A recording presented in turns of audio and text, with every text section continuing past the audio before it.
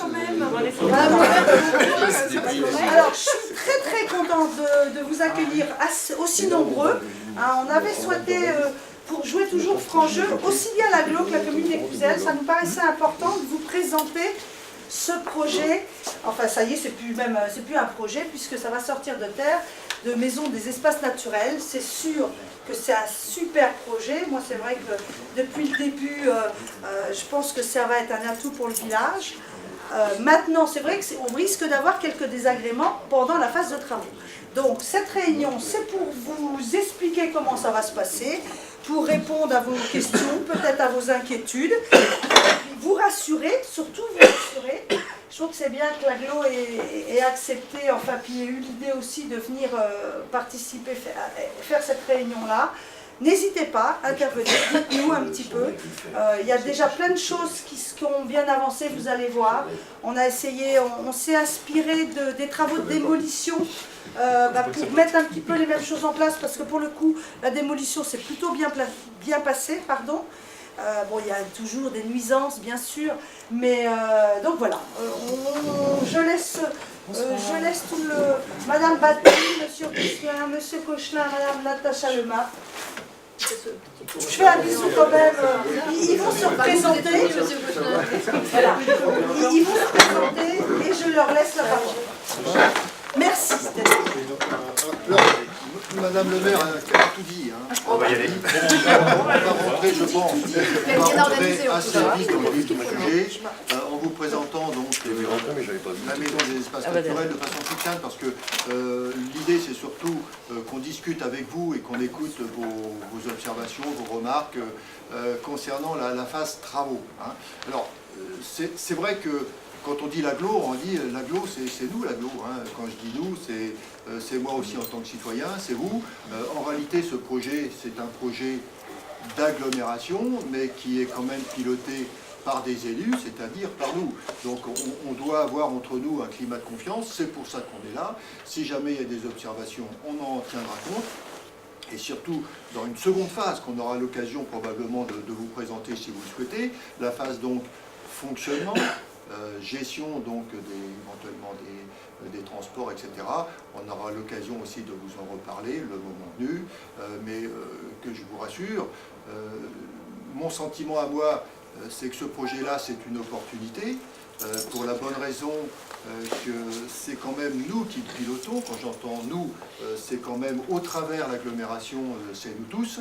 Ce n'est pas un projet privé où on n'aurait pas forcément eu la main mise dessus, on n'aurait pas forcément tout géré, tout contrôlé.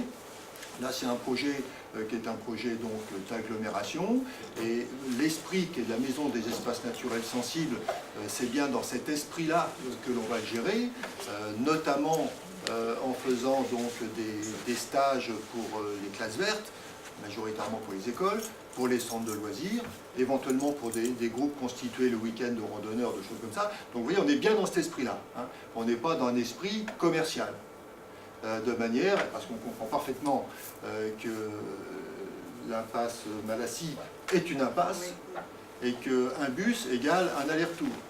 On en est d'accord. Mais je vous rassure de ce côté-là, on en a bien conscience, et on fera donc évidemment le maximum. Mais qu'on soit clair aussi, à l'inverse, je ne veux pas avoir la langue de bois, il y aura forcément un peu de nuisance pendant les travaux, et peut-être un peu après, mais qu'on saura maîtriser. Et Madame le maire sera très attentive. Alors, voilà pour ce qui est de ma présentation. Je ne sais pas si tout le monde me connaît, j'ai oublié de commencer par ça. André Cochelin, le maire de la commune de Saint-James-Montval, et puis au sein de l'agglomération, le délégué au plan d'eau et aux rivières, et aussi donc le nouveau président du SBV 4R. Pourquoi je dis ça? Parce qu'on est en pleine phase d'inondation, donc j'ai un regard aussi attentif là-dessus. Voilà pour ce qui est de ma présentation. Madame Batty, je vous donne la parole pour vous présenter. Déjà, moi, donc Muriel Batty, je suis directrice générale des services techniques. Ça englobe des thématiques qui vous concernent, notamment l'assainissement collectif, qui est aussi un sujet, mais également donc, le plan d'eau et rivière, dont est chef de service Natacha Lemap. Et donc le pilotage de Natacha sur la Maison des Espaces Naturels, qui est un projet, moi depuis 2014 je suis arrivée effectivement a pris de l'ampleur, hein, qui a suivi son cours et qui aujourd'hui est en aboutissement. Moi déjà, je voulais vous remercier par votre présence. Ça montre l'intérêt aussi que vous avez sur ce magnifique projet qui va être sur votre commune.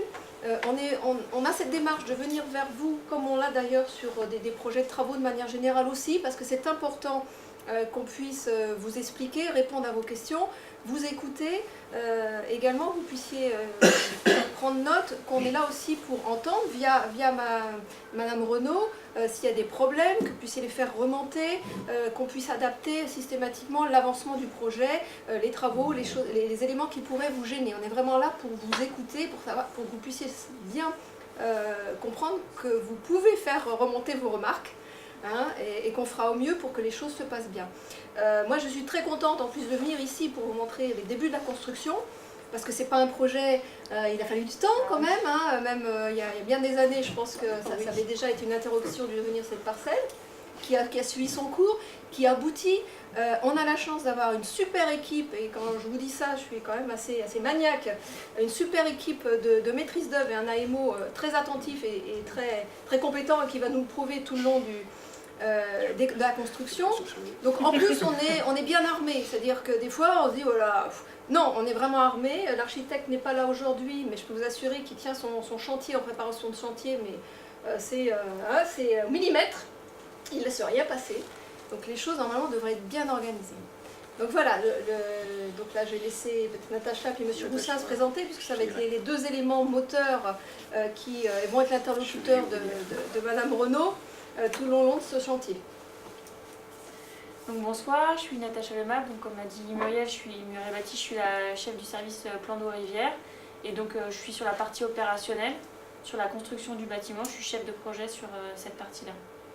Donc je serai en contact très régulier avec Madame Renaud. Alors ce qui est important, c'est que Natacha est également responsable de la gestion du plan d'eau.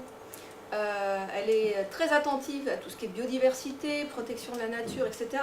Donc elle a, je dirais, cette casquette-là. Hein. Donc je pense qu'elle est aussi très vigilante à tout ce qui est impact global sur l'environnement, hein, que ce soit l'environnement des riverains, mais l'environnement, c'est-à-dire que tout a été regardé aussi avec cet œil par rapport à la protection de ce plan d'eau et son intégration, que l'équipement soit vraiment intégré complètement au plan d'eau. J'y viens, moi. Donc Nicolas Rousselin, je suis le gérant du cabinet Cyclope.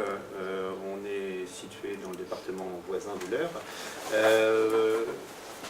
Ma mission est une mission d'assistance de maîtrise d'ouvrage. C'est-à-dire que je fais l'interface technique entre la maîtrise d'ouvrage, qui est la Loi du Pays de Dreux, et tous les autres acteurs de l'acte de construire, que sont l'architecte, le bureau de contrôle, le coordinateur sécurité et les différentes entreprises. Donc moi je suis le dossier depuis la phase initiale de faisabilité de programmation, puisque en fait mon début d'intervention a été on m'a demandé de faire une étude de faisabilité pour la reconversion du précédent bâtiment qui a été démoli. Et on s'est vite rendu compte en fait que c'était très difficile de faire quelque chose de fonctionnel dans les vestiges de ce qu'était l'aquapark. Donc on a fait la programmation pour arriver à un ensemble fonctionnel cohérent, et puis on a suivi la totalité des études, les appels d'offres, et maintenant on est avec vous pour vous présenter un petit peu le projet et puis vous expliquer comment vont se dérouler globalement les travaux. Non, allez-y. Donc on va d'abord vous présenter le projet, donc déjà le bâtiment pour que vous voyez tous au moins la perspective du bâtiment et l'intérieur du bâtiment. Ensuite vous donner le planning du projet dans sa globalité, et après en dernière partie on vous expliquera comment va s'organiser le chantier. Donc là c'était pour vous présenter tous les interlocuteurs du chantier. Donc on a un maître d'œuvre, AP Architecture, et un bureau de contrôle qui est IPH. Donc Monsieur Rousselin. Bureau d'études, IPH fait la partie structure et fluide. Oui. Un assistant à maîtrise d'ouvrage, donc Monsieur Rousselin qui est présent, un contrôleur technique, un coordinateur sécurité et protection de la santé, et on a 10 entreprises de travaux, donc 10 lots par, comment je peux dire, par technicité. Donc là je vous présente le plan masse. Donc c'est Est-ce que vous arrivez à vous repérer en bas? Oui, quand même. Oui, voilà, c'est chez vous, donc ça va vous paraître plus simple que moi. La position du bâtiment, elle a été réfléchie en fonction de 2 éléments. La constructibilité du bâtiment, parce que c'est une zone qui est en partie inondable, et aussi pour l'orientation par rapport au soleil, pour pouvoir capter le plus possible de soleil et avoir moins de déperdition. Combien là? Et une belle vue aussi sur le Et une plan. belle vue sur le plan de Voilà, il y a aussi ça. Ça, c'est la Vous cerise avez- sur le gâteau, quoi. En fait, vous avez à la jonction de la passerelle à Bercimont une limite qui est une limite de constructibilité qui est imposée par le PPRI, le plan particulier de risque d'inondation, où on ne pouvait pas construire plus près vers l'ouest, plus près du plan d'eau. Donc c'est pour ça que le bâtiment a été implanté dans cette zone-là. Et puis aussi en n'étant pas trop loin de l'accès routier, de façon à limiter les réseaux et les cheminements qui coûtent aussi de l'argent. Pour la partie espace extérieur, c'est on va dire une esquisse. Aujourd'hui, on est en étude pour définir plus précisément cette partie-là. Donc c'est pour vous dire que là, le bâtiment, ce dessin-là, c'est vraiment ce qui est en train d'être construit. Les espaces extérieurs, c'est encore à l'étude. En fait, quand même, c'est très important, c'est-à-dire que l'architecte aujourd'hui qui a été retenu est sur le périmètre purement du bâtiment. Alors vous voyez peut-être pas la limite rouge, on voit un petit tiret rouge qui est tout autour du bâtiment. Donc là, ça se limite aujourd'hui à la prestation de l'architecte. Le reste est en étude. Non. Donc là, c'est des perspectives pour vous présenter la vue du bâtiment. Alors, pour vous expliquer un petit peu les matériaux rapidement, vous avez en partie basse, on va dire un premier niveau, le rez-de-chaussée, qui sera plutôt sur un socle minéral avec ce qu'on appelle du béton matricé en extérieur. Et puis à l'étage, vous aurez un bardage bois en châtaignier qui a l'avantage d'assez peu évoluer en termes de teinte, et qui est un bois qui est utilisé dans les églises notamment parce qu'il est réputé pour éloigner tout ce qui est termites et insectes. Voilà. Araignée. Peut-être quand même que c'est important, je ne sais pas si vous aviez pu voir le permis de construire, hein. Donc cette passerelle permet d'amener, je dirais que c'est l'entrée principale qui va amener dans une salle d'exposition. Donc vous avez au rez-de-chaussée en fait, peut-être Natacha m'entrer, mais on a la salle d'opposition qui est à gauche pour vous, voilà. La salle qui sera une salle où on mettra justement des expositions sur la biodiversité, sur le développement durable, la protection de la ressource en eau, etc. Vous avez après l'autre partie où il va y avoir un endroit où les enfants et les randonneurs pourront déchausser proprement les sacs à sac. Il y aura des toilettes également, des douches, une zone pour les pêcheurs et pour les randonneurs aussi pour poser leurs sacs. Et vous avez dans le coin du bâtiment, Natacha, c'est peut-être à montrer le logement du gardien, parce qu'il y aura un gardiennage, bien entendu, ce bâtiment voilà, avec gardienné. Hein. Et puis au-dessus, vous allez avoir la première chose que vous voyez, les fenêtres que vous voyez, c'est un foyer pour les enfants ou les groupes, notamment pour les classes d'enfants où ils ont toujours besoin de travailler, avoir des activités là, plus scolaires, des activités manuelles, mais aussi des activités scolaires. Et puis vous verrez l'autre phase. Donc là, ce qui est important également, vous voyez, c'est en hauteur. On a bien suivi les instructions par rapport à la construction d'être à 1,30 m du sol pour la problématique potentielle d'inondation. Hein, donc ça, c'était une contrainte qu'on a prise en compte.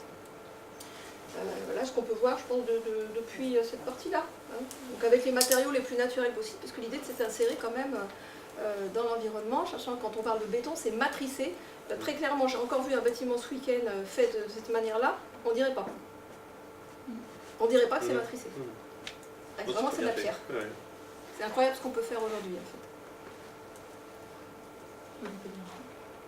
Non, c'est tout. Donc ça, c'est la vue du plan d'eau. Donc je vais vous situer les espaces. Ça, du coup, c'est la salle d'exposition. Ici, le foyer. Ici, on va dire que c'est les sanitaires et tout ça, les chambres. Ici, une zone de restauration. Et ensuite, une terrasse couverte. C'est une terrasse couverte, tout à fait.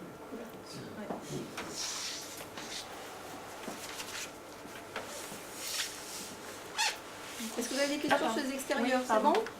N'hésitez pas, hein, au fur et à mesure. Moi je je trouve pas que ça va du tout dans le style de la commune d'Éclusel. Nos bâtiments n'ont rien à voir avec ça. C'est vrai qu'il est un peu moderne. Ah bah, c'est le mot qu'on peut se dire. Peut-être que ça va s'intégrer dans le paysage, mais en ce qui concerne la commune, en plus il y a des maisons pas très loin. Déjà un toit terrasse, théoriquement c'est interdit. C'était interdit. Oui, c'est vrai que Mais si vous changez les règlements chaque fois, ça va être facile. Hein. Moi si je veux faire un toit terrasse sur un garage, vous allez me le refuser. Bon ça c'est interdit, pour moi ça va pas. Il aurait mieux valu rester un petit peu dans ce qu'il y avait autrefois. Une ancienne ferme mais moderne. C'est tout. Moi je dis que ça s'intègre bien dans votre paysage, c'est sûr, mais pas dans le village. Vu de l'étang, ça s'intègre bien. Ah oui. Il faut savoir, alors que là on a mis certains nombres de teintes. Vu d'en face, vu de Mézières, ça va être... Bah, c'est joli. La mais... teinte va être beaucoup plus naturelle dans ce qui va être certainement choisi. Alors, on va essayer de trouver quelque chose, finalement, que le bâtiment il passe... Pourquoi être un grand architecte pour faire des cubes en béton? Mais Michel, en fait, il y a a une plan d'occupation des sols qui est repris par le PLU, et pendant le PLU, on est au régime national d'urbanisme, où ça c'est possible, on est bien d'accord. On n'aurait pas eu de permis de construire autrement. S'il y avait du temps du poste, on est bien d'accord. Il n'y a plus de poste. Alors après, c'est vrai qu'il y a aussi des contraintes techniques. Ça, Imaginons un toit, c'est aussi un des arguments, imaginons un toit à 45 degrés, on a tenu des hauteurs, vu la surface au sol, qui était extrêmement conséquente et qui serait vue de très loin. Vous auriez pu mettre des panneaux solaires. Vous auriez pu mettre des panneaux solaires. Alors après, ça c'est des choix énergétiques. Sur l'économie. On a fait, par contre en termes d'économie, c'est un bâtiment qui est aux normes, rappelez-moi la norme, RT 2002, RT 2012, plus ça. Donc, moins 20, ça dépend dans quel sens on met. Voilà, ça dépend mais globalement, on est 20% plus performant que la réglementation thermique actuelle. Donc, qui est très sévère. Qui est déjà très sévère. Et il faut aussi se mettre dans l'esprit qu'on n'est pas dans un bâtiment d'habitation, on est dans un bâtiment public qui doit avoir une certaine dimension et aussi un geste architectural. Mais là aussi, on est dans un bâtiment public. Je sais bien, qui a été construit à une certaine époque. Donc là, Et puis aussi, il faut se dire que on est aussi contraint économiquement. On avait un budget initial qui était financièrement relativement restreint, volontairement aussi parce que voilà, les finances de l'agglo ne sont pas non plus extensibles, et que ces morphologies de bâtiments permettent de respecter une enveloppe, on va dire, programmatique avec les usages qui sont à l'intérieur, tout en étant économique. Voilà. C'est aussi une des raisons pour lesquelles on n'a pas de toiture en production. C'est surtout très facile de... Simplement faire mes remarques, est-ce qu'on peut le faire? Non, mais c'est le lieu. Hein. C'est le lieu, et c'est aussi mon rôle de vous expliquer pourquoi ces choix-là ont été faits. Ça fait clairement industriel, quoi. Ce serait une entreprise qui fabriquerait des lave-linges, ce serait pas choquant.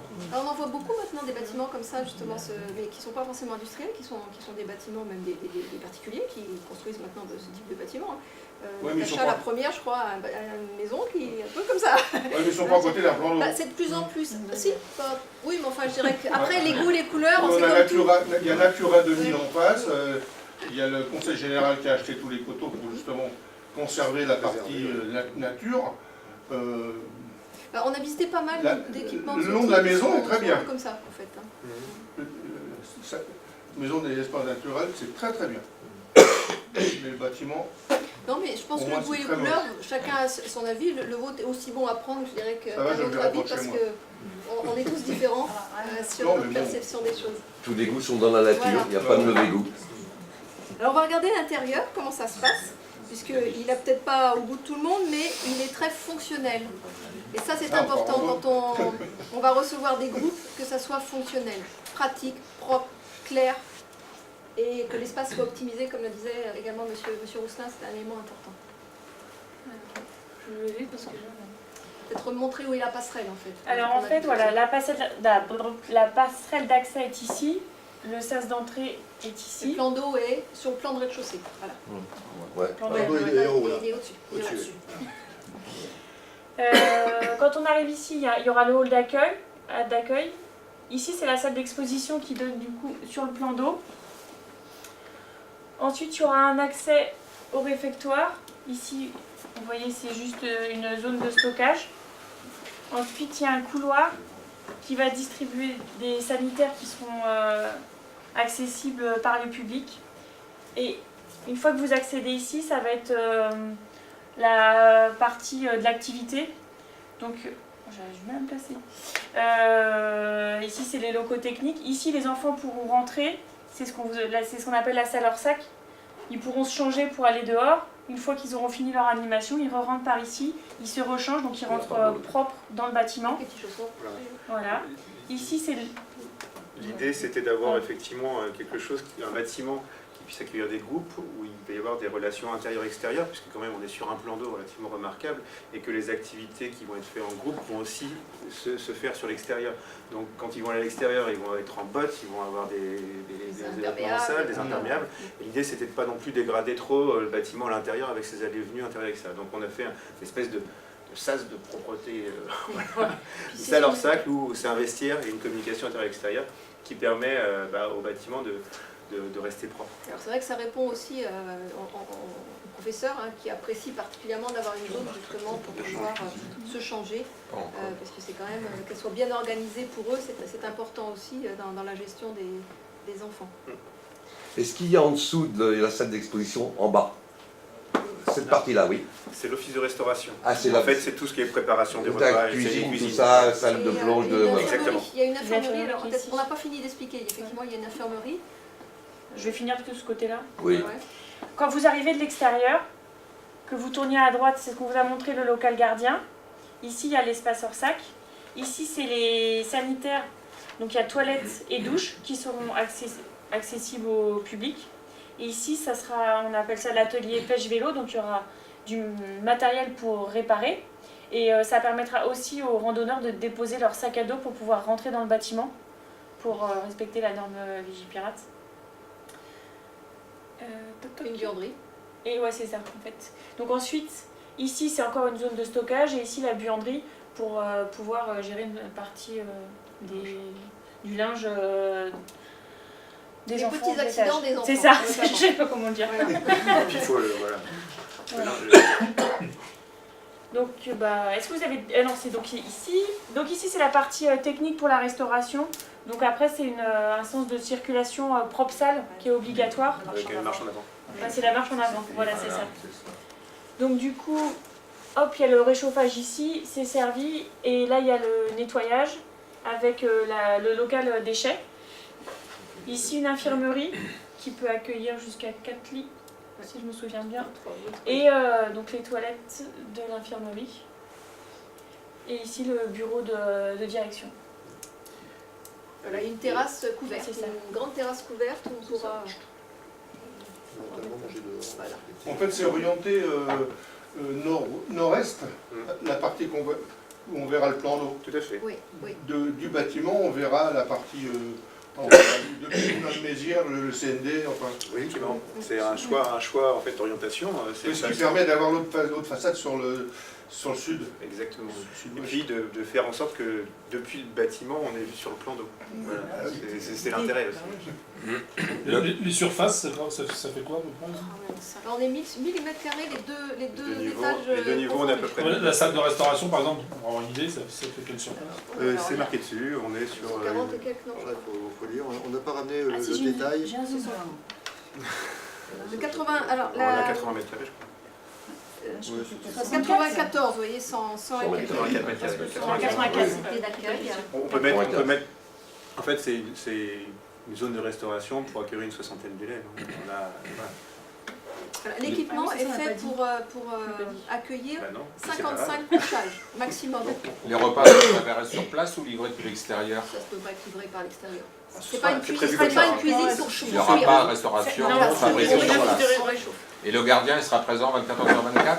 Il sera présent quand il n'y aura pas le directeur ou les animateurs dans l'équipement. Ah, c'est pas un logement. Parce que c'est qu'une chambre, c'est pas un logement. Oui, c'est ce que je voulais savoir. Voilà, quand il n'y aura pas d'enfants, c'est différent, mais dans la journée, s'il y a du monde, il n'y a pas besoin de gardien. Puisqu'il y a du monde. Par contre, dès qu'il n'y aura plus personne dans l'équipement, notamment la nuit, où le directeur, bien qu'il aille se reposer, ou les animateurs, et qu'il y a quand même pour autant un hébergement, il y aura un gardiennage. En fait, c'est un mini-studio, c'est un petit mini-studio. un mini-studio, c'est Alors, simplement. Il y aura à l'intérieur justement les images de vidéoprotection, Voilà, oui, il y aura tous les éléments intérieurs et extérieurs, la sécurité incendie, etc. Tous les éléments pour pouvoir gérer. Exactement. Il y aura des caméras installées sur le bâtiment? On va en mettre. Là, c'est les aménagements extérieurs sur lesquels on travaille aujourd'hui. Il n'y en aura pas à l'intérieur, si vous voulez. Des caméras intérieures. À l'intérieur, ce sera pas possible, mais il y en aura sur l'extérieur dans le cadre du... Pour aider le gardien, en fait. Comment? Pour aider le gardien. Oui, sécuriser de manière... Oui, il aura mis poste de contrôle. Ça bouge. Je vous en prie, monsieur. Va-t-il y avoir un gardiennage pendant la durée du chantier?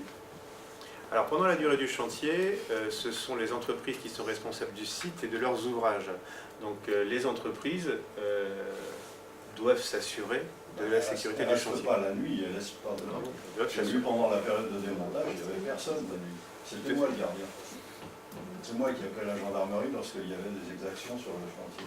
Et ça arrivait. Donc je voudrais savoir, ça arrivait suffisamment pour me réveiller, je suis voisin. Il faut passer le message, je vous en ai averti lors de la réunion. On a même failli piquer un engin. Bonjour, au bout de la rue, hein. Ça, je vous ai dit. Hein. Il faudrait qu'il y ait une surveillance lorsqu'il laisse des engins ou des matériels. Je pense qu'il faudrait proposer aux entreprises que chacun donne un petit peu de monnaie pour qu'il y ait un gardiennage privé, hein, parce qu'ils vont se faire piquer autant d'outils et de matériel, comme dans les maisons neuves qui se construisent ailleurs. Hein. Le jour d'après, il n'y a plus rien dedans. Voilà, c'est le problème des sociétés. C'est le problème des entreprises. Hein. C'est le problème des entreprises. Vous en serez responsable quand vous aurez signé la réception. Hein. Exactement. Voilà. Ça marche. Est-ce que ça va générer des nouveaux emplois? Sur le chantier ou sur l'activité? Non, la création de ça. Ah bah oui, bien sûr. Vous parliez d'un directeur, vous parlez de... Oui, ça va générer Oui, des emplois. Ou est-ce que c'est des emplois qui vont être déplacés de l'agglo ou est-ce qu'il va y avoir des... Ça va être des nouveaux emplois. Il n'y a pas aujourd'hui suffisamment de personnes. Est-ce qu'il y aura un quota de priorité d'emploi pour les gens du village?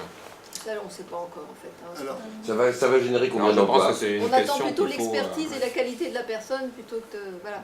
D'accord. C'est pas si simple que ça de trouver des animateurs en biodiversité quand même. Et ça va générer combien d'emplois? Maximum, en taux d'occupation, maxi on est sur 7 de mémoire. Presque 8. 7-8, voilà. La entre restauration, le ménage, Alors en dehors des prestations, Oui, en dehors des parce prestations. que l'idée c'est plutôt, enfin nous notre idée aujourd'hui, mais ça peut évoluer, c'est des interrogations. L'idée c'est d'avoir effectivement les plats en prestation, une prestation pour la cuisine, une prestation pour le ménage et une prestation pour l'entretien du linge. Là c'est vraiment pour les petits accidents qu'on aura une buanderie. Il n'est pas question en interne, encore moins en régie, d'aller nettoyer les oreillers, d'amener les gouettes, etc. Non. Donc tout ça sera des emplois externalisés, donc c'est de l'activité pour le territoire. Faut être clair, ça va être une activité importante pour le territoire. Et puis quelques emplois effectivement en interne. On montera en puissance dans les emplois en fonction du taux de remplissage de l'équipement, également en fonction de, je dirais, de la saisonnalité. Hein, il y a des périodes où effectivement on aura certainement moins de besoins qu'à d'autres. Donc ça, l'idée c'est d'avoir une capacité à pouvoir fluctuer en fonction du besoin. mais le mode de gestion du bâtiment n'est pas encore arrêté. On y travaille aujourd'hui, il y a plusieurs formules pour le gérer, hein, en régie, gestion libre. Donc ça ce n'est pas encore arrêté. Je suis en cours d'études actuellement. Parce qu'il y aura des animateurs internes, comme vous avez en ce moment à la limite sous le tendon, comme il y avait autrefois. Je pense que c'est vous qui animez maintenant. C'est dans mon service. Vous avez toujours le bureau là-haut? Oui, mais non, moi je ne suis plus là, c'est Cynthia Lalande. Donc ça, c'est des gens qui seront propres à ça. Puis après, quand les Corses viennent, ils viennent avec leurs animateurs, leurs surveillants, leurs profs. Alors, je pense que l'animation, elle sera plutôt une animation d'animateurs sur place. Ce n'est pas, en réalité, les écoles viennent avec leurs enseignants, leur encadrant, mais c'est... Voilà. Mais l'animation, avec le package d'animation, sera créé donc ici.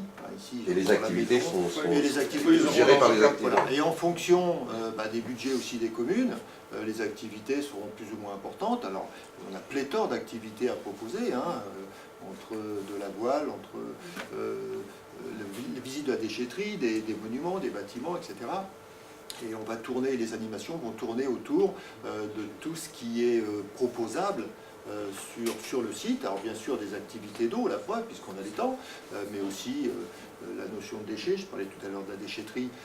Pour les écoles, c'est extrêmement formateur. Hein. Il peut y avoir aussi la formation à la gestion des déchets, la gestion d'énergie aussi. Je prends l'exemple, on a des moulins, on a des éoliennes, ça peut être aussi un sujet.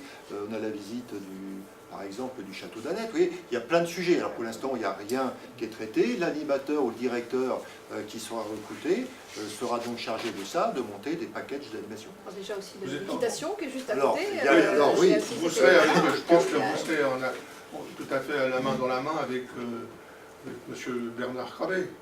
Bah oui, bien sûr. Il participe aux réunions de travail sur ce sujet-là. Et l'office de tourisme est partie de Alors, ils ne sont pas là aujourd'hui, puisque là on parlait de construction. Oui, d'accord. Nous avons, M. Cochelin a travaillé avec M. Crabet depuis le début. Il y a deux entités, donc, et les deux directions qui vont avec, qui travaillent ensemble, à la fois l'office tourisme et donc les services techniques, parce que nous c'est la construction et l'office tourisme est sur l'animation et l'exploitation. Donc tout a été monté. M. Crabet aussi nous avait fait approcher tout ce qui était l'académie, pour adapter aussi l'équipement aux besoins des professeurs. Donc il y a eu aussi cette relation via M. Crabet qui avait aussi des fonctions autrefois de professeur. Donc, on a voilà. Est-ce qu'on va avoir un bel aquarium, je pense, quand même, pour le poisson? On n'est pas encore là. La scénographie, on va vous en parler. Si, il est là. Oui, on a un. Il est dans les hangars, là. Oui, tout à fait. Qu'on avait récupéré. Ah oui, l'ancien aquarium de l'Aquapark. Oui. Non. On avait récupéré la Fédération Française de Pêche. Exact. Christian du CIPEN. J'ai encore la mémoire, André. Bien sûr, j'ai pas de doute. Oui, alors évidemment, il est énorme, il est grand comme la table. Ça va être. Ah oui, il fait 3 mètres cubes.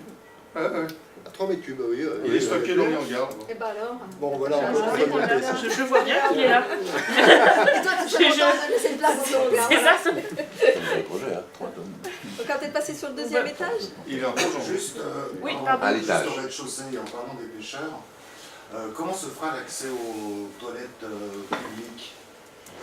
Est-ce qu'elles seront ouvertes en permanence?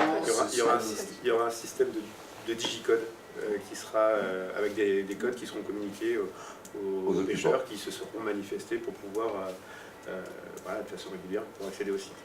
Messieurs, ça sera aussi un accès public, par exemple, comme on voulait faire au CND, et comme on a quelqu'un qui se promène, on n'est pas obligé de faire quelque chose, même de la pêche, celui qui a envie d'aller aux toilettes, comme il n'y en a pas. Oui. C'est pour avoir un accès public pour tout à chacun. Quelqu'un qui fait du jogging, c'est des sanitaires publics ouverts à tout le monde. Comme vous voulez faire au CND. Mais la nuit, comme on voulait faire au CND. Pardon? Comme on voulait faire au CND. Tout à fait. D'accord. Ça c'est mieux. Alors attendez, Alors, on n'a pas... Aux heures d'ouverture du bâtiment, les sanitaires seront ouverts. Parce qu'il y aura quelqu'un qui sera forcément sur place, le directeur ou un animateur, qui pourra ouvrir le matin et fermer le soir. Et vous aurez en complément un digicode, puisque les pêcheurs pêchent de nuit. Voilà. Donc de façon à ce que la nuit, ils puissent y accéder. Et d'où la douche d'ailleurs. Et il y a également une douche. Voilà. Avec un système de digicode. D'accord. Et la journée, un promeneur pourra aller aux toilettes. On va passer à l'étage. Alors, ce qu'on vous a présenté donc, tout à l'heure, vu de l'extérieur, le foyer, avec une terrasse. Ici, les sanitaires hommes et femmes. Alors, il y a deux types de chambres. Il y a des chambres qui sont équipées avec des sanitaires privatifs. Et il y a des chambres avec seulement des lits superposés. Donc le but c'est de pouvoir offrir à des randonneurs un confort. Le choix d'hébergement en fait. Voilà, c'est ça, exactement. Quelle est la capacité d'accueil? 55 lits. 55 lits. Au total. Alors en réalité, il y a... excusez-moi. 55 couchages. Pour répondre aux normes de l'éducation nationale, c'est-à-dire pouvant accepter 2 classes, c'est 55 lits, donc on peut ouvrir 55 lits, et par rapport par exemple au centre de loisirs, les normes sont un peu différentes, c'est 45 lits. Mais nous, qui peut le plus, peut le moins, ça sera 55 lits, et avec un lit par exemple qui sera du type lit gigogne, et lorsqu'on n'a pas besoin, que 45 lits suffisent, le lit gigogne est rentré, puis voilà. Et il y a un second niveau qui vient d'être dit à l'instant, pour pouvoir accepter un niveau de confort supplémentaire des groupes de randonneurs, il y a des lits beaucoup plus individuels, des chambres plus individuelles. Les enseignants Donc, aussi, une qui seconde soient question. tranquilles. Alors, il y a donc des réservations qui sont possibles pour accueillir des grands groupes. Par contre, comme vous n'êtes pas loin du chemin de Compostelle, est-ce qu'il y aurait une possibilité d'accueil sans réservation préalable, à moins de H. Alors là, je ne peux pas répondre. Je ne peux pas répondre parce que tout à l'heure, on avait mis Michel à parler que la gestion aujourd'hui qui n'est pas définie encore est assurée par Bernard Crabé, elle n'est pas encore arrêtée. Et je parlais au tout début du mode de gestion, est-ce que ça sera en régie, est-ce que ça sera des DSP, etc. Rien n'est arrêté. Donc il faut d'abord qu'on ait un peu plus avancé dans le mode de gestion pour savoir comment peuvent se faire les réservations. Est-ce que c'est opportun de l'ouvrir à des randonneurs individuels, par exemple, qui font effectivement Saint-Jacques-de-Compostelle? Pourquoi pas? Là, pour l'instant, on n'a pas arrêté quoi que ce soit de ce côté-là. Aujourd'hui, on est à la phase construction. Et il y a 2 études qui sont en cours, une étude aménagement extérieur et scénographie, qui est commentée depuis un petit bout de temps. On travaille sur les demandes de subvention, c'est-à-dire l'aménagement de la salle d'exposition, à l'extérieur faire des chemins, faire, je ne sais pas moi, des parcs d'herbe, etc. Et puis dans la 3e phase, qui est aussi débutée, c'est la phase donc gestion une fois que tout sera fait. Ce qui veut dire en fin de compte que financièrement, rien n'est encore établi vis-à-vis de l'agglomération. Combien ça va lui coûter dans la gestion de... Des budgets qui sont arrêtés. Oui, mais c'est à partir du moment où on ne connaît pas déjà les véritables activités ou la rentabilité des activités, vous connaissez le coût du couchage? On a déjà des idées, oui, tout à fait, on a des idées. Le tout, c'est de savoir comment on le gère derrière. Oui, on a déjà des emplois. Est-ce que vous avez été voir un bâtiment, pas identique à celui-là, mais au système? Tout à fait. Alors, on en a visité plusieurs, notamment la maison de l'eau, qui est sensiblement identique à celui-ci. Sauf que leur thème, c'est uniquement l'eau, alors que nous, c'est un peu plus ouvert. Mais le fonctionnement avec les écoles, c'est un peu la même chose.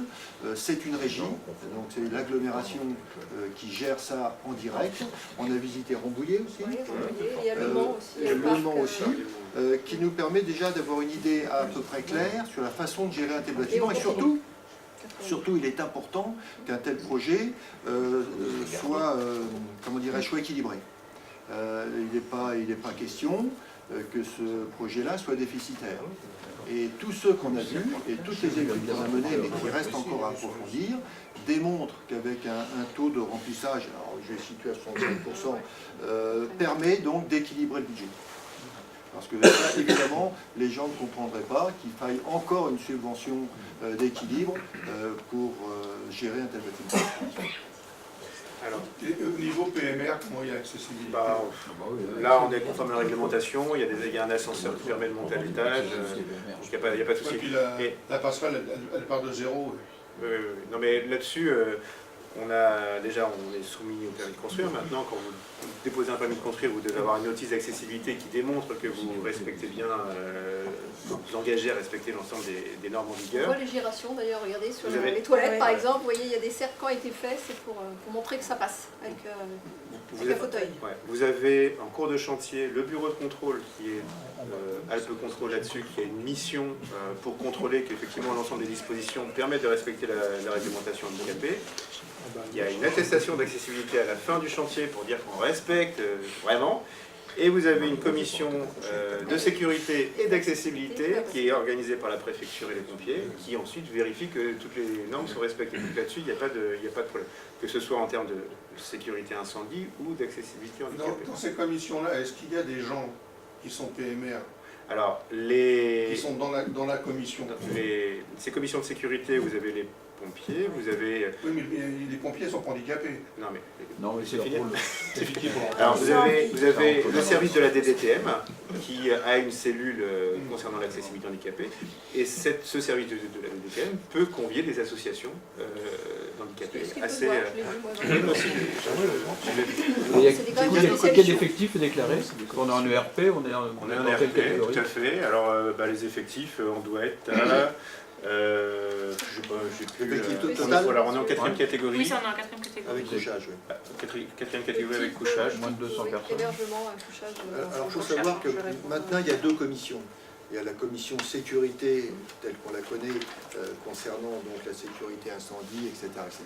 Et il y a une commission qu'on appelle accessibilité, qui, elle, dans cette commission-là, qui est aussi à la préfecture, qui a justement pour mission de regarder que les bâtiments sont bien accessibles à tout public, donc handicapés, et dans cette commission, il y a bien des handicapés. Oui. Voilà. Et d'ailleurs, aujourd'hui, quels que soient les bâtiments, mais que ce soit un bâtiment privé, ne serait-ce qu'un simple café, ou que ce soit nos bâtiments publics, doivent répondre à ces règles. Et aujourd'hui, toutes les collectivités que nous sommes ont obligation de se mettre aux normes.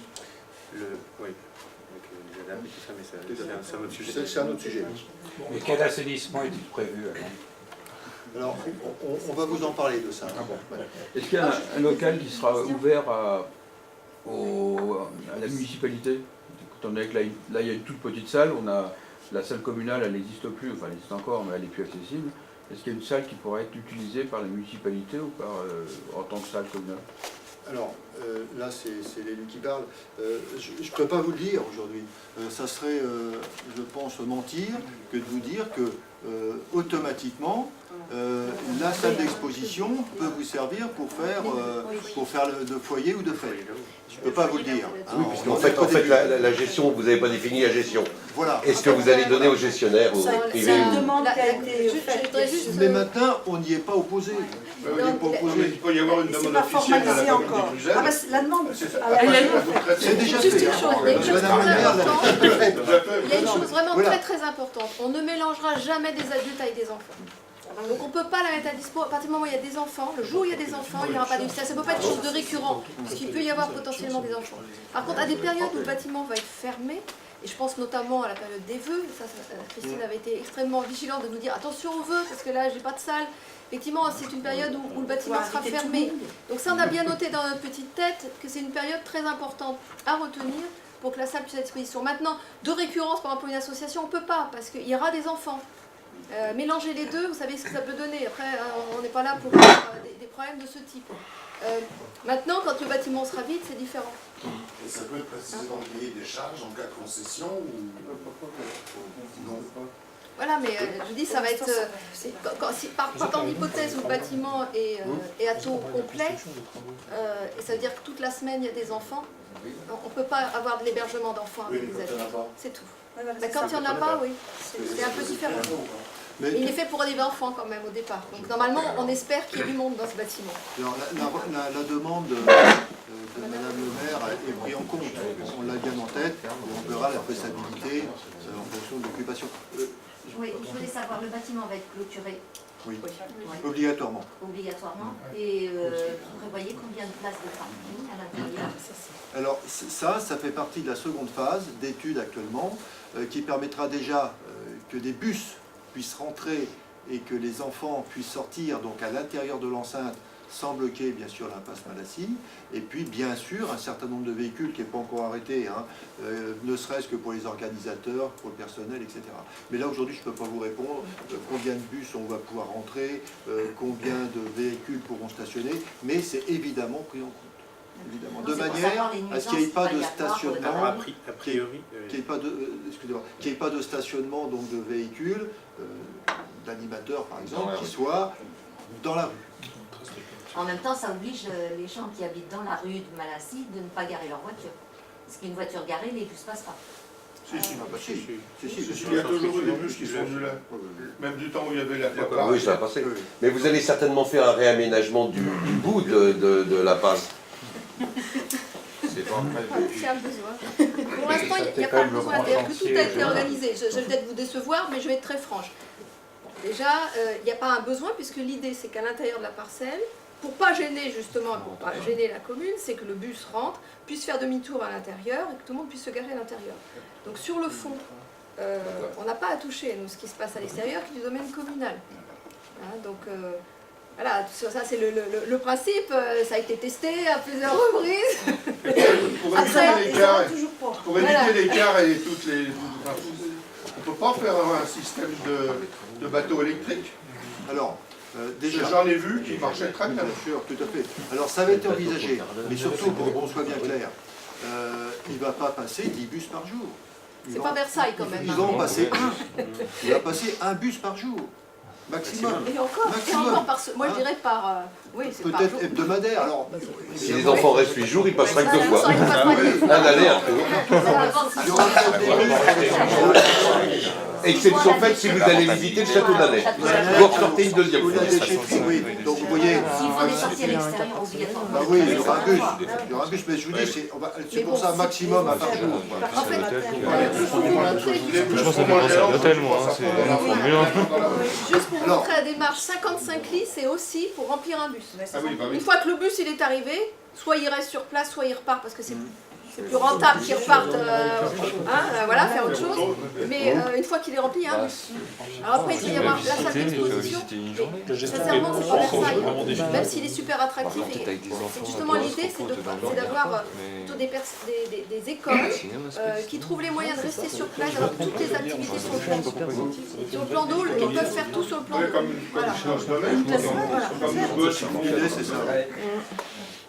Là, il est vrai qu'on avait envisagé, pour la question de coût, on ne l'a pas retenu là, on avait envisagé effectivement un bateau électrique où les enfants pourraient par exemple être déposés au niveau du CLD. Et pour l'instant, c'est arrêté. On peut prendre le bateau pour faire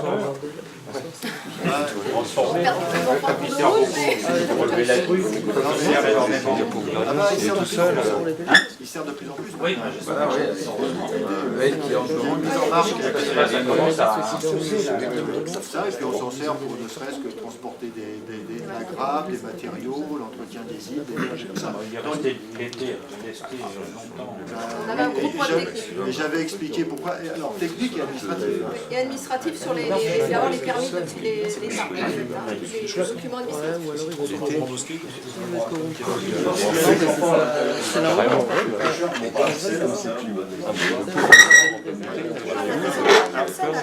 C'est pour ça que les sanitaires c'est complètement à l'extérieur.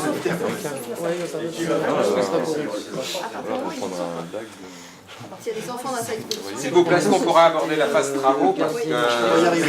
Alors allons-y. Parce que l'heure tourne. Rapidement, alors les chambres, vous avez compris. Là, tu viens de leur sauver la mise parce qu'il y avait plein de questions qui étaient un petit peu embarrassantes. Ah non, mais on pourra les aborder après. On les a eus. Bien, parfait. Le spécialiste de la nature. Alors, ce que je vous propose, c'est très rapidement, les aménagements extérieurs, pour vous en dire 2 petits mots, et je comprends parfaitement votre remarque, on attaque les travaux tout de suite. Allez. Alors moi, je vais vous poser une question. Quand vous nous avez fait voir la vue d'ensemble du dessus, le chemin qui longe l'étang, vous avez prévu de le changer un petit peu. Mais c'est ce que je vous ai dit. Voilà, c'est pas encore défini, mais c'est dans l'air du temps, c'est dans l'idée. Si on réaménage les berges, comme on dit, c'est une vue d'artiste. D'accord, ouais. Exactement. Donc là, c'était pour vous donner les périodes de travaux. Donc je vous ai mis période de préparation de janvier au 16 mars. Donc là, on est encore en période de préparation. Donc il y a la réalisation des plans et les travaux vont commencer ce mois-ci. Voilà. Et finir à l'été 2019. Donc le démarrage. Oui, merci beaucoup. Donc le démarrage contractuel pour les entreprises, ça a été le 2 janvier, où elles avaient une période de 2 mois qu'on a dû prolonger un petit peu, parce qu'il y a eu quelques difficultés pendant cette période de préparation, pour établir l'ensemble des plans de détail des ouvrages, aussi bien pour mettre en relation la charpente avec la couverture, avec les façades et les menuiseries. Donc là, tous les points de détail, comme vous le disiez, M. Mini est très minutieux de toute façon. Voilà, M. Mini, c'est l'architecte. De façon à ce que tout ça colle, et le niveau de précision que l'on avait il y a 15 jours n'était pas suffisant, donc on a prolongé de 15 jours la période de préparation de façon à partir sur de bonnes bases à partir du 19 mars, donc c'est lundi prochain. Donc à partir de lundi prochain, on va commencer à installer la base vie et tout ce qui est Ah, il y a déjà une entreprise qui a fléché. Oui. Alors c'est l'entreprise de Bourg, c'est l'entreprise... C'était prévu que ce soit avec vous. Voilà, c'est l'entreprise de Gros Œuvres, donc c'est celle qui fait le génie civil, la maçonnerie, les fondations. On appelle ça, c'est l'entreprise principale du chantier, et donc c'est pour ça qu'elle a à sa charge la signalétique et voilà. Donc, il y a déjà des petites flèches de Bourg que j'ai vues dans le village. Au niveau du bâtiment, on devrait, normalement, si tout va bien, être en mesure de réceptionner le bâtiment le 2-3 avril 2019. Et après, il y aura quelques mois supplémentaires où on finalisera les travaux d'aménagement extérieur. Voilà. L'objectif, c'est effectivement qu'à l'été 2019, l'ensemble des travaux soient finalisés pour pouvoir acquérir les premières classes à la rentrée 2019. Oui, ça c'est parfait. Il y a forcément il y a toujours une phase administrative. Tout à l'heure, on oui. parlait par exemple des commissions sécurité, etc. L'arrêté aussi d'ouverture de Madame le maire, il y a tout ça, ce qui nous amène donc, on va dire, été 2019. Oh, on parle bien de la fin des travaux. Hein. Oui. On parle bien de la fin des travaux. Il n'est pas actualisé. Je suis désolée, j'ai laissé une partie du texte. Il n'a pas été remis à jour. Comme ça, vous le savez tous. Vous n'avez pas trop, vous avez les camions aussi, vous, messieurs. Il n'y a pas qu'à les élus, non. Voilà. L'idée, effectivement, donc là, il y a un cheminement qui est prévu pour les livraisons. Et l'idée, c'était d'éviter le pont qui est à l'entrée, puisqu'en fait, il est limité en charge, dans le sens que les entreprises, et que surtout les entreprises qui livrent le chantier, parce que les livreurs ne sont pas forcément les entreprises, enfin les livreurs de l'entreprise, mais que l'ensemble des entreprises puissent communiquer à leurs fournisseurs le circuit à suivre. Et puis au niveau du plan d'installation chantier en lui-même, par la suite, je ne sais pas si on peut avoir la diapo suivante. C'est des 7 avant, je crois. Hein. Non, non voilà. Vous voulez quoi si, c'est là. Ouais, c'est là. En fait, vous avez aujourd'hui l'ancien parking de l'Aquapark qui va être utilisé pour les stationnements des véhicules des entreprises, mais aussi pour pouvoir permettre aux véhicules de livraison de faire la giration à l'intérieur de la parcelle et de ne pas faire les manœuvres sur la petite raquette de contournement qui est devant. La base vie va être plutôt à proximité de la voie Étienne Malassis, de façon aussi à limiter les raccordements avec les réseaux et de faire en sorte qu'elle soit aisément accessible. Les zones de stockage de matériaux seront plutôt à l'arrière, entre le bâtiment et le plan. Donc il va y avoir deux phases, on va dire, pour accéder sur le chantier, avant et après la mise en place de la passerelle, puisque la passerelle qui est en pointillé là va entraver une partie de la circulation. Donc à la fin du chantier, quand on mettra en route la passerelle, il n'y aura plus qu'un système d'aller-retour, mais là à ce moment-là, il n'y aura plus trop de livraison sur le chantier. Sachant que le chantier est interdit au public, donc comme vous le disiez, les entreprises ont à faire respecter cette interdiction. Donc il y aura effectivement un système d'affichage, des clôtures qui seront étanches et on y veillera. On aura aussi un coordinateur sécurité qui est nommé, qui est la société DECRA, qui veillera effectivement à ce que l'ensemble des dispositions sont prises par les entreprises. Voilà, avec le renforcement des clôtures existantes, la fermeture du portail existant. Et si effectivement les entreprises sont sujets à des malveillances, des vols, il leur reviendra de mettre en place un système de gardiennage ou de vidéosurveillance. On fait de plus en plus de vidéosurveillance provisoire sur les chantiers, voilà, de façon à éviter les problèmes.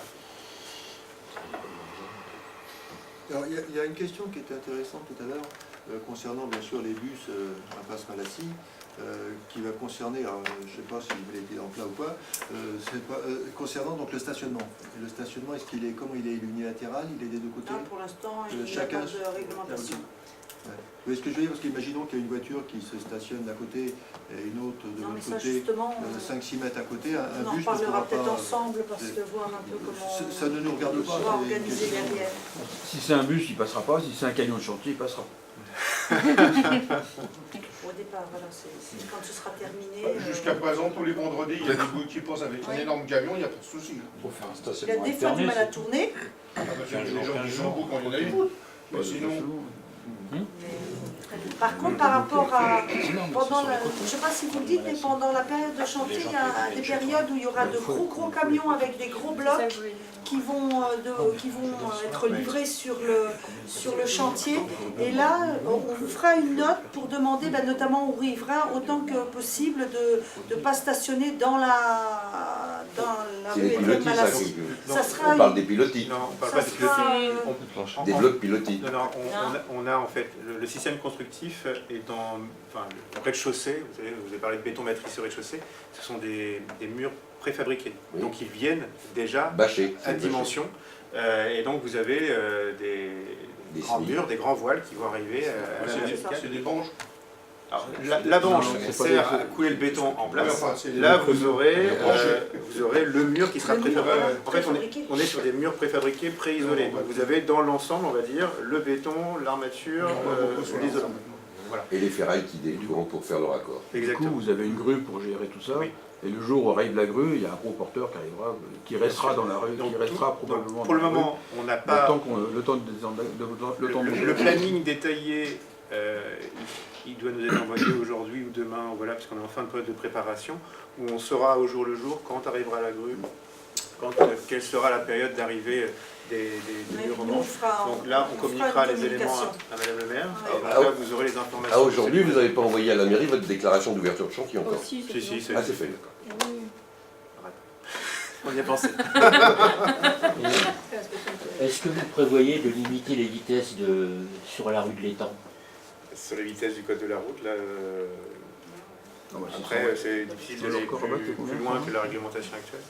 Et c'est l'autorité du maire. S'il y a des engins, des camions qui passent et tout, qui arrivent par l'autre côté, c'est à 70, le panneau de 50, il est juste à l'entrée de... Attends qu'il y ait un gros crash. Il y a sécurisé cette partie. Après, c'est une départementale, donc c'est vrai qu'ils sont déjà venus. Alors, les comptages, pour la petite histoire, ils ont perdu les vitesses. Donc, ils vont refaire des comptages. Non, bon, ça fait 4 ans, ça fait 5 ans qu'on entend pas. Non, on les a déjà fait. On les a déjà fait. On sait que ça dépasse 120 km/h. Ce qui est triste, c'est qu'il faut attendre qu'il y ait un accident grave. On a une toute petite proportion de gens qui sont quasiment ingérables. Et bon, la grosse majorité, heureusement, sont dans plus ou moins, enfin, sont dans la règle. Effectivement, il y a toujours, je ne sais plus c'était quoi, ça devait être 3% sur le dernier comptage. Bon voilà. Une voiture à 160, il suffit d'1%. La voiture bleue, on aura du mal à la calmer, pourtant on sait qui c'est, mais bon voilà. Vous aurez beau mettre un panneau, mais pas que ça, on est dans un virage, tu sais très bien comment ça se passe. On est dans un virage, dans les virages, automatiquement les gens, nous on sort, les gens ils sont à 80, 90, ils me collent au cul et ils freinent comme des malades. Bon, j'ai écrit, je l'ai dit. Mais c'est partout pareil, c'est partout pareil. Non, c'est une département. Non, grand chantier, c'est le panneau de 50. Vous n'êtes pas chantier, des rues en général. La maison dans le virage. Les deux maisons, nous sommes les deux maisons qui sont en face du parking où il y a les toilettes. Et il y a eu une autorisation qui a été accordée de mettre un miroir. Oui. Je ne l'ai pas posé pour le moment, mais de toute manière, j'ai fait des tests avant, et il faudrait mettre des miroirs immenses pour avoir une vision des deux côtés, donc ça ne marchera pas. Je me rappelle que vous avez... C'est moi qui ai sollicité. Je me rappelle, j'ai lu votre courrier, parce que je m'en occupais. Alors c'est vrai que... Je suis retourné voir pour regarder de près et pouvoir faire des essais, et ça doit rien. Aujourd'hui, les miroirs qu'on achète dans le public, c'est des miroirs qui ne sont pas très grands, et au-delà du fait qu'ils vont être bousillés par ce plaisir, il faut en mettre un qui regarde des deux côtés, et c'est pas l'échelle. C'est proportionnel à la distance. Si vous les regardez à 30, 40 ou 50 mètres, ça fait déjà un beau. Ils vont être trop loin et on n'aura pas la notion. Quand il y a eu la démolition avec tous les camions de gravats qui sont partis, etc., ça a vraiment provoqué des nuisances à votre niveau? Ah non. Par chez vous? Non.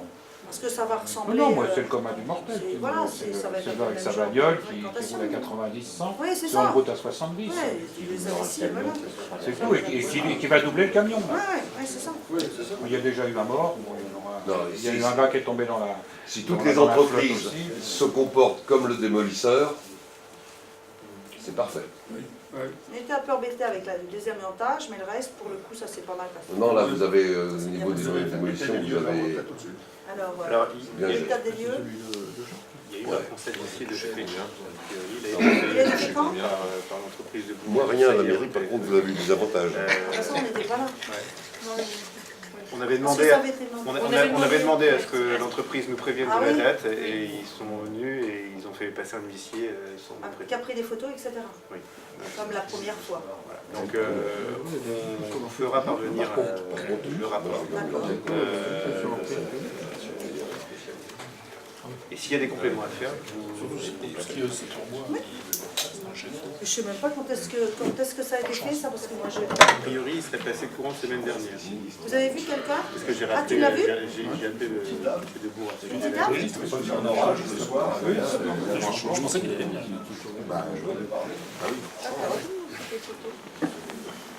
Ça doit être des photos. La première fois, c'était... Oui, non, mais je vous ferai parvenir, vous inquiétez pas, on en discutera tout. D'autres observations? Alors plus généraliste. Hein, On a posé la question de l'assainissement tout à l'heure. Oui. C'est un sujet. C'est moi C'est un sujet qui nous a. C'est pour Non, on y travaille fortement sur le projet d'assainissement collectif. Hein. C'est en cours, d'étude. Hein. Le pro s'achemine, hein, ce document-là. Alors on est en train même de regarder, ça va même plus loin, puisque c'est la première fois on va faire en fait du ramifié sous pression. Je ne sais pas si vous en avez parlé au moment de l'assainissement. C'est caché, c'est une technologie sur laquelle on travaille. Une évacuation étanche. En 2005, c'était déjà ce qui avait été... Là, aujourd'hui, on est en train d'y travailler, aussi pour qu'on ait une harmonisation sur la manière de pratiquer sur l'ensemble du territoire. C'est-à-dire sur les accords financiers, etc., que ça soit harmonisé. Que les Cluzel ne soient pas un cas particulier, hein, qu'il y ait quelque chose de commun si on devait amener à refaire du ramifié sous pression ailleurs. Donc c'est passé en commission, vous voyez, il n'y a encore pas très longtemps, en commission assainissement. Les principes sont en train de se décliner petit à petit, les principes financiers, c'est-à-dire la part qui devrait être prise en charge par les riverains et la part qui sera prise en charge par l'agglomération via la redevance assainissement. Donc c'est en train d'y retravailler, on va y repartir je pense une énième fois peut-être en commission, il y a eu des choses d'arrêter aujourd'hui, on viendra vers Madame Renaud pour lui repréciser les éléments. Mais là ça s'achemine. Aujourd'hui ce qui peut ressortir c'est qu'on pourrait avoir achevé ces travaux-là avant la fin de l'année 2019, c'est à peu près le planning qu'on s'est donné. Alors avec des petits points particuliers, hein, on a une station de relevage là qu'il faut trouver une solution parce que ça c'est important, qu'on trouve une solution pour pouvoir la positionner, cette station de relevage. Et l'autre élément c'est la traversée du pont. Soit on passe sur le pont si le département nous permet sous le pont, soit on passera sous l'heure. Il n'y a pas besoin. Ils ne veulent pas qu'on aille... Non, c'est-à-dire que le département a un certain nombre de prescriptions sur le passage des ouvrages, c'est pas le passage d'ouvrage de l'Éclusel, c'est le passage des ouvrages départementaux, où il y a un certain nombre de prescriptions départementales. Donc là, on a fait un courrier, on attend une réponse. Je sais que notre président va également en parler directement au président du conseil départemental. Donc c'est un sujet. Parce que c'est pas la même difficulté technique, ça n'a pas le même coût. Moi j'avais fait des études, monsieur, je connais mon village. Hein. Et j'avais fait des études avec M. Trippet. Oui, bah c'est le service. Et j'avais fait également des études avec Antoine Busquet, qui a travaillé pour à l'époque pour l'agglomération, qui m'avait expliqué que au niveau de la départementale 929, il suffisait d'aller tout droit et d'aller rejoindre les effluents de Charpon. Oui. Il n'y a pas besoin de traverser le pont. Si, parce qu'autrement, au niveau des longueurs, des linéaires, si tu fais tout ce qui est un côté Charpon et l'autre, l'arrière de Charpon, ça coûte plus cher. Sachez qu'on essaie d'optimiser un maximum le coût parce que c'est vous qui allez payer le coût, donc on optimise. Moi, je connais rien. Le poste à l'arrière de Charpon n'est pas suffisamment dimensionné pour recevoir les eaux des Cluzel. C'est ça l'histoire aussi, c'est pour ça qu'on ne peut pas partir de l'autre côté. Et le projet en attendant, parce que en fait, il va être autonome et... En attendant, on met le dans la rivière. S'il n'y a pas d'enfant, on peut pas le faire. Alors, il y en a d'autres. Non, en attendant, si on devait attendre, ça va dépendre, pareil, quelle corrélation on a entre les deux travaux.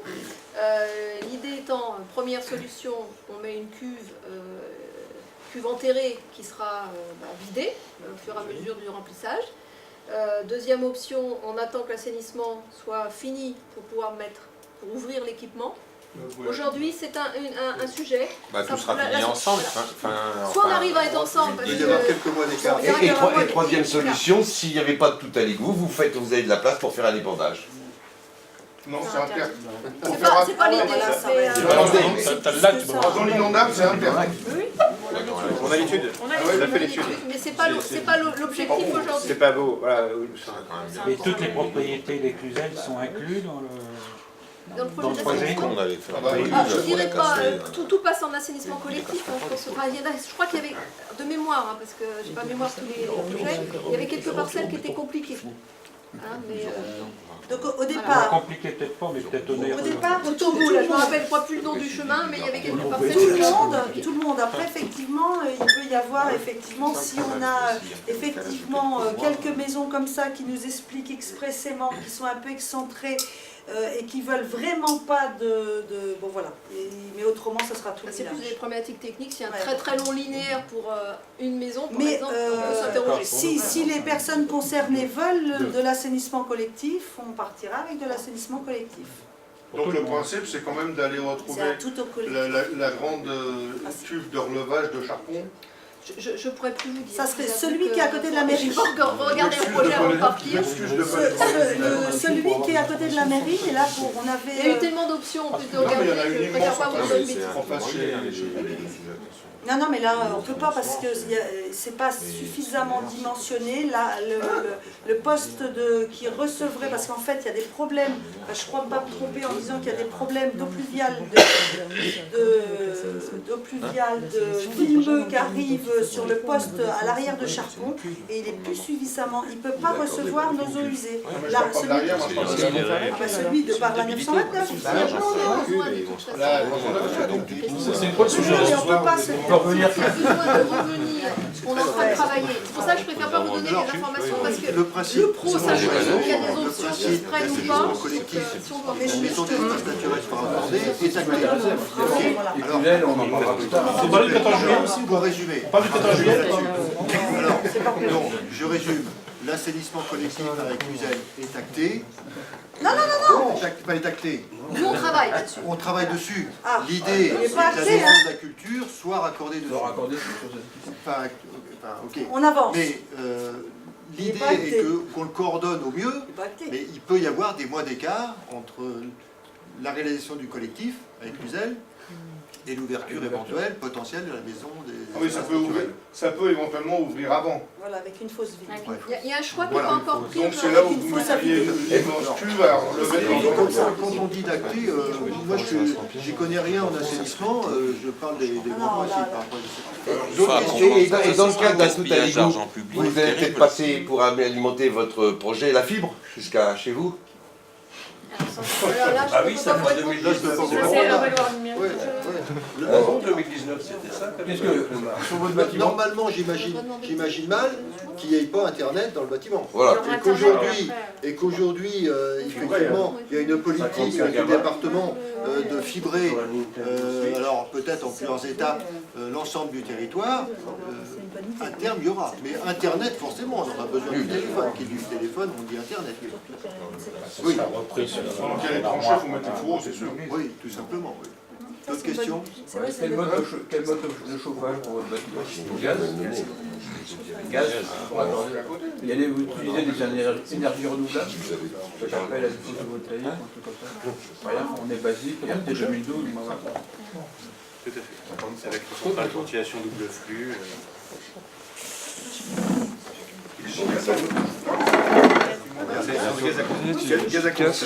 J'ai du boulot, devoir m'appeler. Aujourd'hui, sur les... Donc vous raccordez sur le réseau.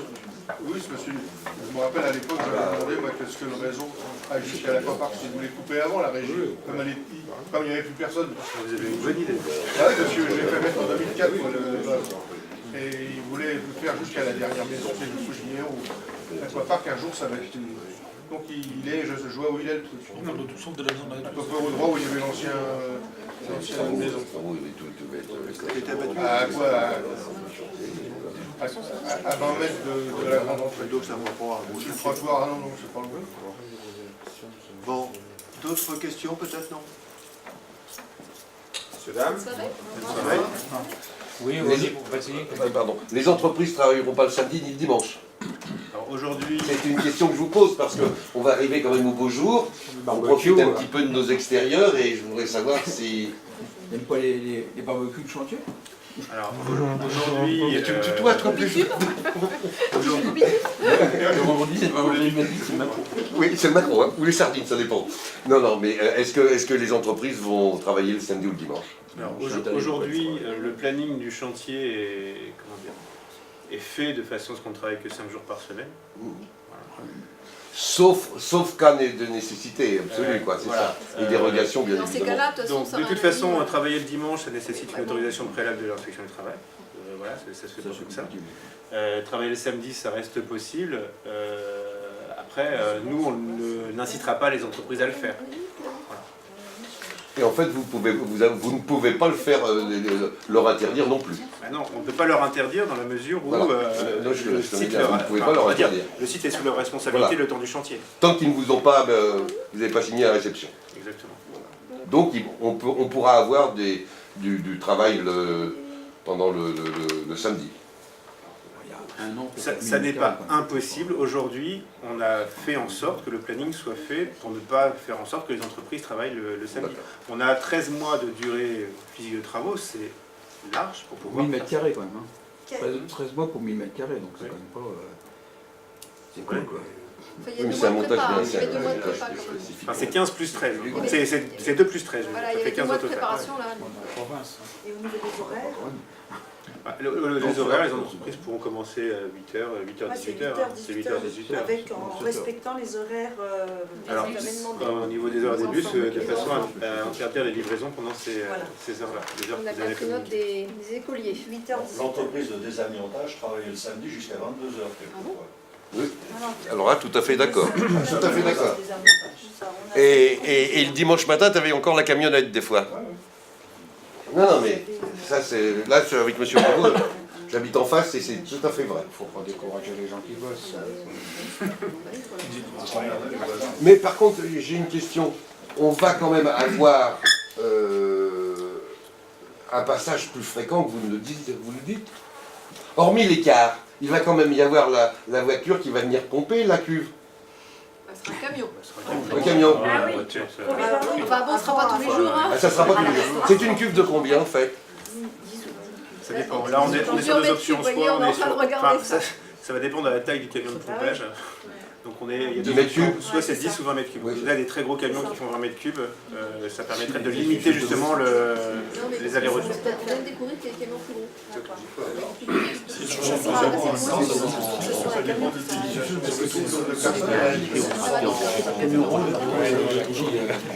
On ne sait pas, excusez-moi, parce que j'entends pas le monsieur qui pose une question. Juste par rapport à l'assainissement, on ne sait pas comment va voter le conseil municipal par rapport à ça. Donc il se peut qu'il n'y ait pas d'assainissement collectif. C'est mal barré. La solution de camion de vidange est pérenne. Ah bah non. Si effectivement la commune décidait à terme de ne pas faire l'assainissement collectif, on ferait le taf. Au départ, le projet était prévu, parce qu'on n'avait pas forcément d'échéance, on va dire, par rapport à cette histoire d'assainissement collectif. Aujourd'hui, on est sur un calendrier où les choses se rejoignent. Donc c'est un petit peu dommage de mettre... Le prix du turf a été chiffré par un turf bactérien, ça coûte une fortune, hein, c'est dommage. On était entre 50 et 60 000 euros, qui est quand même relativement coûteux. Donc du coup, si vous décidez de revenir sur l'histoire d'abandonner l'idée d'un assainissement collectif. On avait fait au niveau du conseil municipal, on avait demandé au niveau de cette étude d'assainissement de mettre une phase supplémentaire, c'est-à-dire que normalement pour avoir l'étude d'assainissement ça devait coûter quelque chose comme 50 ou 80 000 euros, enfin je ne sais plus, je vous dirais des bêtises. On a demandé à faire une phase intermédiaire qui coûtait 28 000 euros et donc on n'avait pas fait tout le levé topo, on n'avait fait que les enquêtes parcellaires chez les uns chez les autres. Cette enquête parcellaire, je vous rappelle qu'elle démontre qu'il y a 13 habitations aujourd'hui qui n'ont pas de solution d'assainissement non collectif. Il y a 44 habitations avec un tertre et puis il y a 8 microstations. Donc voilà un petit peu où on en est. En conseil municipal, on a acté la suite de l'étude.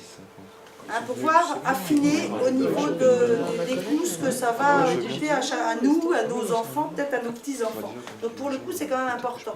Parallèlement, je vous l'ai toujours dit, notre volonté c'était de récupérer, de mettre constructible, de rentrer dans le PLU une bande constructible au niveau du terrain de la salle des fêtes pour récupérer un peu d'autofinancement qu'on mettrait dans l'assainissement. On est en train de débloquer le système. On ne va pas faire les habitations, mais ça c'est un autre sujet. On ne va pas parler non plus du 14 juillet, comme disait M. Aubin. On ne va pas faire exactement les maisons peut-être qu'on voulait, mais ça devrait se débloquer. Ça veut dire que tout ça, effectivement, ce sont autant d'indices qui présagent qu'on va certainement faire de l'assainissement collectif. Il y a 13 habitations aujourd'hui. Moi, c'est mon plus gros problème. Il y a 13 habitations. Il y a des gens qui ont investi, qui payent peut-être encore des remboursements. Il y a 13 maisons. Demain, il n'y a plus rien. Si c'est le voisin, c'est peut-être pas grave. Si c'est vous, ça pose... Et là, on est là pour travailler sur l'intérêt général. Et donc, moi, ces 13 habitations, 13 foyers, ça me pose un sérieux problème. Donc effectivement, on n'est pas là pour parler d'assainissement. C'est le problème, hein, c'était toute la problématique depuis le début. Tout est imbriqué l'un dans l'autre. Le terrain de la salle des fêtes pour avoir des sous, la maison des espaces naturels qui, comme ça, ne serait-ce comme ça pour une première estimation, si maison des espaces naturels il y a, et donc elle arrive, c'est 1,50 € du mètre cube, et ça c'est déjà calculé en moins. Pendant 30 ans pour chacun pour nos consommations, pour les écluses et lois. C'est énorme. Donc pour ça, c'est imbriqué. Ce qui est important, c'est l'étude que vous avez faite, en disant qu'il n'y a aucun souci. Voilà. Il n'y a aucun souci pour raccorder les... Non, tout est fait. On travaille sur la maison d'espace naturel sensible. Voilà. Là, vous nous avez expliqué qu'il pourrait y avoir un assainissement collectif.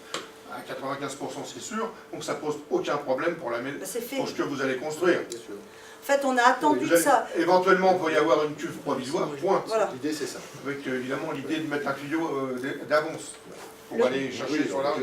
Le conseil municipal a attendu d'avoir à peu près la certitude de la faisabilité de la maison des espaces naturels pour lancer la deuxième partie de l'étude de l'assainissement collectif. Parce que l'assainissement collectif sans la maison des espaces naturels, c'était pas possible. Financièrement, je veux dire. Financièrement. Parce que Ils vont appeler un chat un chat. Les plus gros volumes il faut payer derrière. vont être sur cette maison d'espace. C'est voilà. C'est 50 hébergements. On est 173, on en rajoute 55. Bon, c'est pas négligeable pour un village comme le nôtre. Donc effectivement, c'est compliqué parce que tout est en... les uns dans ensemble.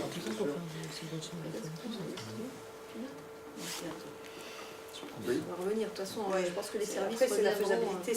Il y a donc assez fort à parier que les deux projets vont avancer conjointement et qu'on aura donc les routes ouvertes pour les travaux de tout à l'égout, en même temps que les camions de livraison de matériaux, etc. Ça va être un joli merdier. Non, non, ça va pas être ensemble. Hein. Ça va pas être ensemble. Tout doit converger en 2019. Si ça doit être livré en 2019. Non, les tranchées, ça sera après. Nos plus grosses livraisons, en ce qui nous concerne, ça va être entre la semaine prochaine. Au début du chantier, et on va dire le mois d'octobre. Ah, mais les deux chantiers vont avancer un peu en même temps. Où ça posera problème, c'est pendant le tout à l'égout dans la rue Étienne Malassi, pour les enfants qui viendront là. Parce qu'il n'est pas sûr que le car puisse les emmener jusqu'à là-bas. Oui, ça ne sera pas ouvert. Ça dépend. Il ne sera pas ouvert parce qu'il n'y aura pas le tout à l'égout.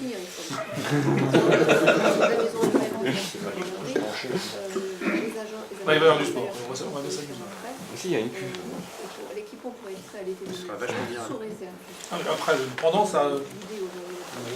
Nous, on habite dans la rue, donc on se sent un petit peu concerné. Donc c'est pas encore déterminé. Bien. Juste peut-être pour vous dire, mais les travaux, l'avantage des travaux ramifiés sous pression d'assainissement, c'est qu'ils ne nécessitent pas d'être très profonds.